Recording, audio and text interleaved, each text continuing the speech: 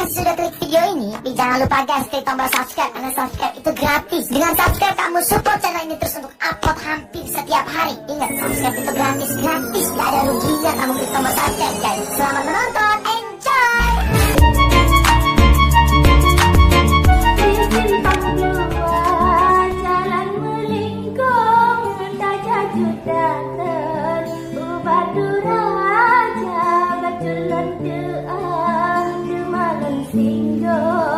Langge bang bedong kala en habang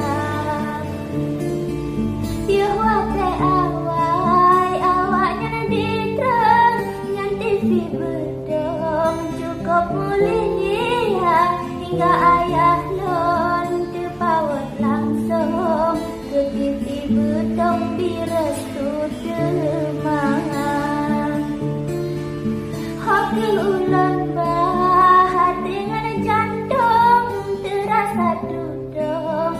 dalam dada cuma di ayah bila TV bedong sedangkan dilon pilih kakanda karena pegang bacut bang bedong restu ayah lon libel utang hanya restu dari yang kandung terpaksa dilon kusurut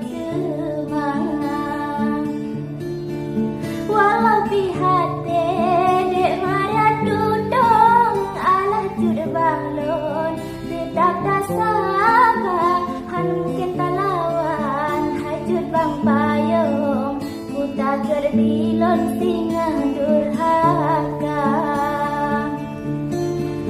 tak lagi doa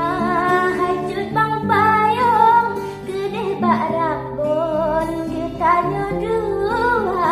sabar rumah lan sabar tampung yang keniat pun hati adinda cuma bacut lan begah langsung bacut bang bedong yang kadon cinta menyobit singa gatakan judolon ku harap babang lon bejut kesedara menyobit singa katakan judolon ikhlaskan banglot dengan hati rinsa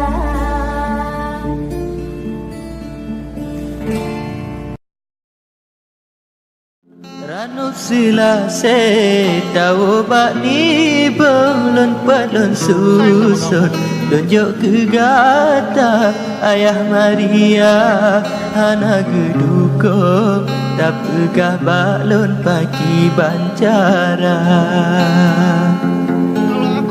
ucap pisang wa kalaye ujung bak